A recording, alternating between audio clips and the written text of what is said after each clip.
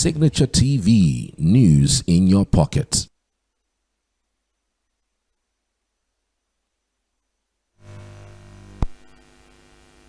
Welcome back. In Nigeria political sphere today, it is a season of coalitions, alignments, and realignment of political forces ahead of the 2027 political build-up, which according to some political commentators may make or mar both the political and economic fortunes of politicians, their supporters, hangers-on, and their regions. Coalitions or crossing of political carpets are not exactly new to Nigeria. In January 1952, some politicians presumed to be members of the National Council of Nigeria and the Cameroons joined forces with those of the Ibadan People's Party and other independents to form the Action Group led by Obafemi Awolowo as Western Nigeria's leader of government business. Today, the alignments that brought the present government to power seem to be gearing up to grab power from the ruling APC. Let us meet our guest for today and find out his perspective on today's topical issue. Our guest is Prince Obiora Odo, who is a public affairs analyst, and our conversation is on the 2027 political build-up and coalition. Welcome, Mr. Prince. Thank you. Okay, glad to have you. Okay, just to, an overview of what has happened, just as we read before. It is no news that coalitions, cross-carpeting, defections, and the rest happens every now and then, especially when the election is coming forth. And we have been seeing series of these play out in the political sphere in Nigeria. And currently we have a coalition of ADC, whereby we have Atiku Abubakar, Peter Obi, and some other people in there that really want to unseat the present party at the center. With all this that has been happening, what is your own side to this particular situation? Well, it's healthy in a democratic setting. In Nigeria's own case, we've seen it's like a politics of in the mass society where the vulnerable population, because of economic reforms, are not convinced that government is doing enough to salvage their situation for economic stability. So it is normal for like minds who are also politicians, have experience in politics, come together to galvanize support from such population to establish their importance in the polity. Be that as it may, my own take is that it's healthy in a democratic setting for people to disagree, because coalition is a union of groups, nations who may differ from the present administration in terms of their policies and aspirations. Looking at what is happening, this coalition, is it driven by ideology and also national interest, or is it just a group of people that really want to be in power for their own selfish benefits? To me, it may not be for their own selfish interest, because the country, like I said, Fela used to say, people are suffering and smiling at the same time. And the case is no longer that of suffering and smiling. I don't think people are smiling anymore. They are suffering and they are crying. A lot of bickering, bitterness, the insecurity situation, where we have seen in this administration, where I think they weaponized hunger as a tool in the guise of securing the future of the unborn generations. And I don't think it is the coalition is born out of selfishness or personal interest. I think it is right, because even the present government and the past one came through that instrument. They protested against Goodluck Ebele Jonathan during the subsidy removal of experience of 2011. They protested and didn't accept subsidy regime then. And they are implementing it now. People are feeling the pains that would have been resolved in the past, Jonathan's administration, Jonathan's era. So I see nothing wrong in people coming together to protest against the same people that established, that convinced others not to accept the subsidy idea. Oh, exactly. Yeah. So can the opposition parties truly unseat APC come 2027? Me thinks that it's fight to finish. It's going to be a strong fight. It's not going to be easy. It's not going to be the type of, they used to say in the past, they say power of incumbency. It is not done that way. If election really counts in Nigeria, people who are in their respective position wouldn't have been there in the first place. But in 2027, there is going to be a great awakening. People are going to revolt. More than what we had in 2023? Exactly. That's my take.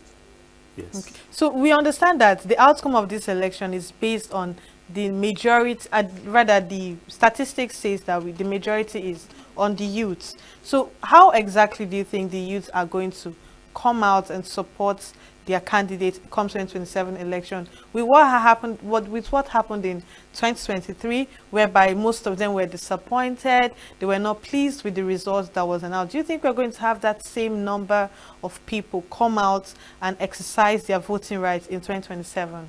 Definitely, because this policies of mass society, there's going to be sensitization. Coalition is not mere words. These are people who have the resources to propagate their own view, to achieve goals and purpose. And they will sensitize the youths. And given what, I support what Dele Faroritimi said, we need electoral reforms before 2027 elections, so as to guard the votes from the electorates, whereby IREV is made compulsory. So we need electoral reforms before 2027. The coalition has to push for it, and things that will make election free and fair. Okay. So the ADC 2023 presidential candidate and some other party members have really been out there opposing Atiku, Abubakar, P2B, and the others for coming to hijack their party. What do you have to say about this? Ibe Kachuku was the presidential candidate of ADC. Yes, he is not a party executive. He's not in the executive. He's not part of the ESCO. So he's just making noise, and I don't see the reason why he should be a clog in that process. I mean, what if he had the zeal to contest in 2027, and having people like Atiku, Obi, and the rest in this party? That means that it's shifting from him to them. Like I said, it's a democratic process. If we are to practice democracy, he should not be afraid of competition. It's a competitive process where you allow other candidates to aspire to achieve. So I see no reason why he should be worried about people entering the party. In fact, he should be happy. It's a welcome development. Oh, really? Yes. Okay. With what is happening in ADC currently, do you think that there are going to be inter-party crisis and even inter-party anti-party activities? Because some people really do not agree with this coalition or the members that has been joining the ADC party. Do you see crisis erupting from this particular development? No, not at all. Not at all. Because these are big wigs. Apart from big wigs, they know the ropes. Ibe Kachuku is a member of ADC and was only a presidential candidate in the past. That was in the past election. So the party had to move on, and the party gave authority to the interim situation now, where people like former Senate President David Mark and Rauf Aregbesola can manage the party in the interim. So I don't think it's against the law. If he's not comfortable with that, he can go to court for interpretation of what the party constitution says. So will the emergence of this third wheel force in the political sphere, will it disrupt the two-party system that we have in Nigeria, where we have the APC or PDP always in power? Now we are having a third force join them. Well, it's going to be dicey in such a way that, like the other time, there's no discipline politically in Nigeria. Party discipline has been jettisoned, where you have people that are in PDP also working for APC. You have people in APC working for PDP. So a situation like that, I think a coalition is superior. I think it will be superior to that will challenge the present leadership. That's just it. Okay, so will the push for zoning be a problem come 2027? Because we understand that we just have one more term that is going to the south. Well, if it's like that, it's a win-win situation. The south, they are not different from the end in the south is not different from the one in the north, especially the people of the northwest, the northeast, the north central, the southeast. A lot of killings, insecurity, it's appalling, and because of that unifies them, and I think that's what they will use to convince their people to change the leadership. That's it. Okay, so far, how have people been reacting to this coalition development? People are excited. Oh, really? I can bet you people are excited, and they've gone to the streets. They've been kind of building structures, especially the obedient movement. They have already started building structures to further their ambitions. Okay, so now in 2023, we had the obedient force, and this force was through the Labour Party. And why this force was there was because of Peter Obi being the presidential candidate in 2023. And now that we have ADC in the pipeline, are we having a situation whereby the political party that has the same ideology that aligned with Nigerians, are we now following the candidates and not the party policies or the structure of the party? The political party, is a microcosm system, a fusion of contradictions, aspirations in a larger society. It's only a platform where the candidates, you cannot run an election without being a member of a political party. That's where you stand. It's only the party that can sell you as a candidate.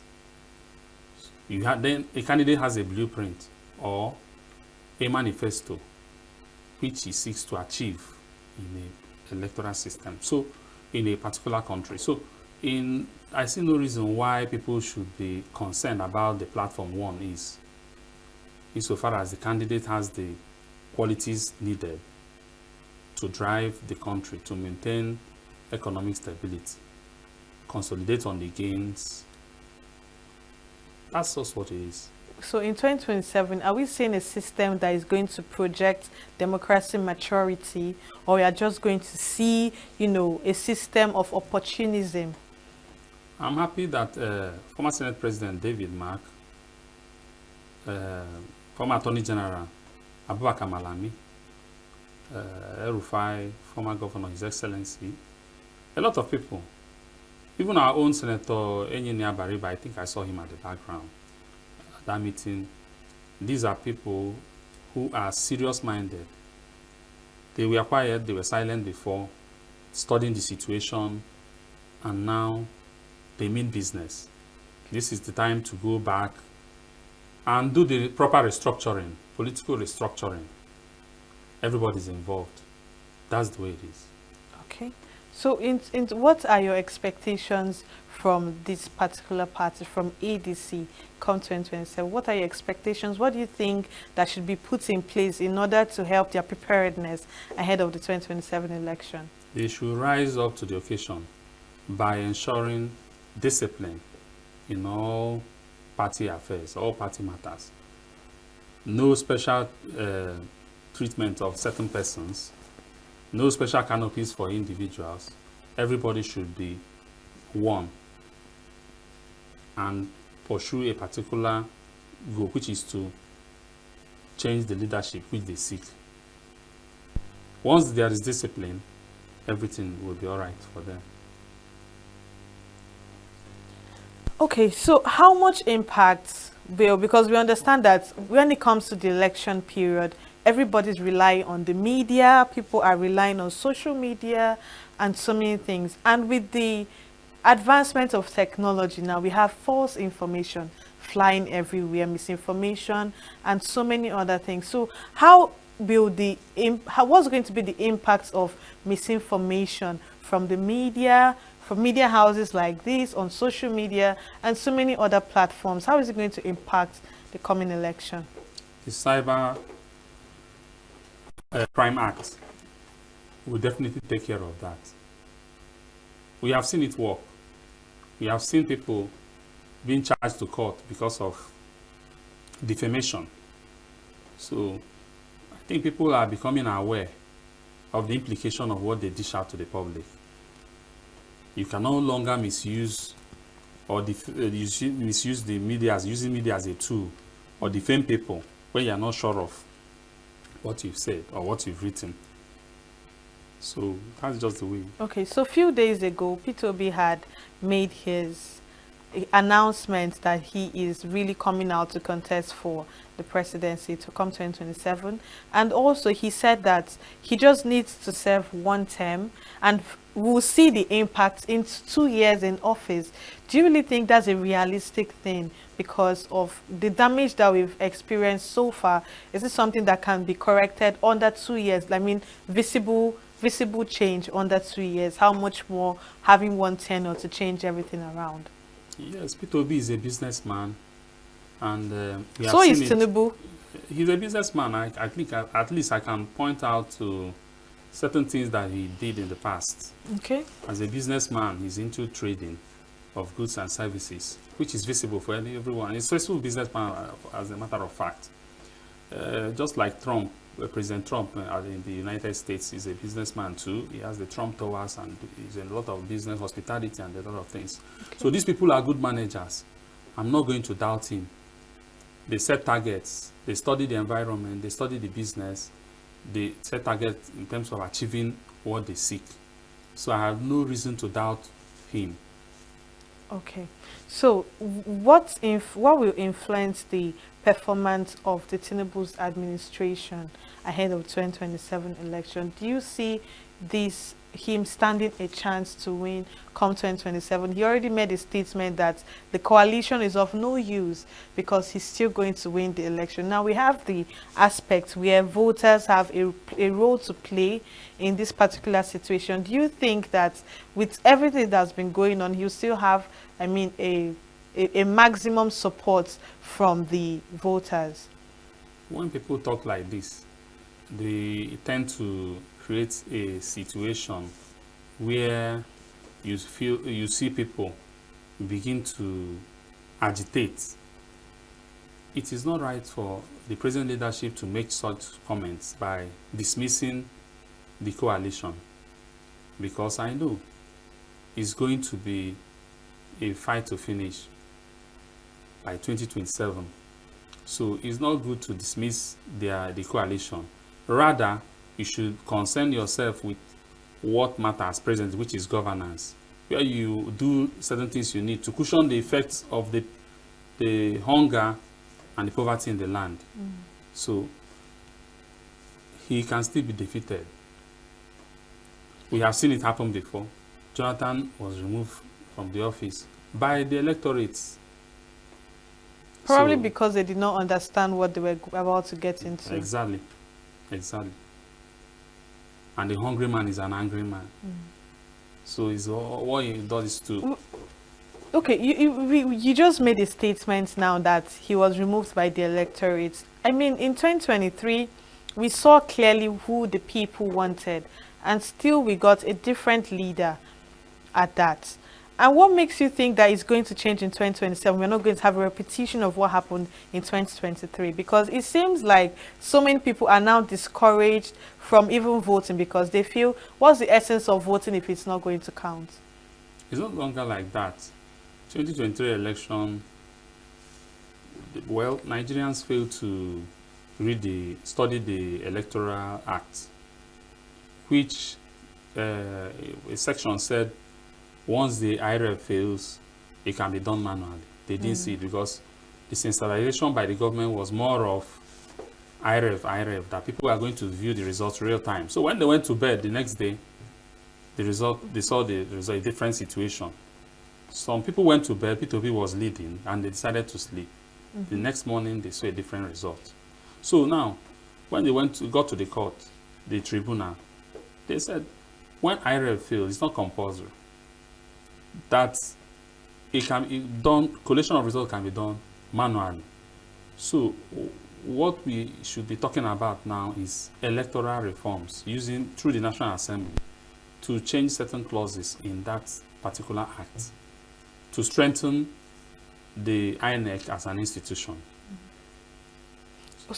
So why do you think coalition is the strongest form whereby we can take power from this party at the center currently? And like I said, in 2015 election, it was people from New PDP, called themselves New PDP, APGA, some part of APGA, led by His Excellency Owele Anayorocha Sokorocha, Action Congress, and CPC, that came together to form All Progressive Congress. They were the people that removed His Excellency Goodluck Jonathan from power. So I don't see why they should be afraid this time around, when even some of them have even pulled out from the APC to join the coalition to unseat the present leadership. So they should not be worried over it. They rather should concern themselves with the issue of governance. Okay, let's assume things go south in 2027, whereby we still have the current party leading us through 2027 to 2031. What do you think is going to be the fate of Nigerians with what is already happening 2 years in office now? If a southern leader, if His Excellency Tinubu still retains his position as the president in 2027 election? If it's a free and fair game, if he comes out in a free and fair game, there's no problem. There's no problem. Okay. Thank you so much for your input on this conversation. Thank you. Okay. So we'll go on a short break, and when we return, we'll have our next conversation for tonight. We are local. The international community is observing Where the main market is in chaos. People are... We are national. Those in support of this motion as amended, say aye. Aye. We have taken the vote by default. We are international. Israeli airstrikes. Donald Trump left us the worst unemployment.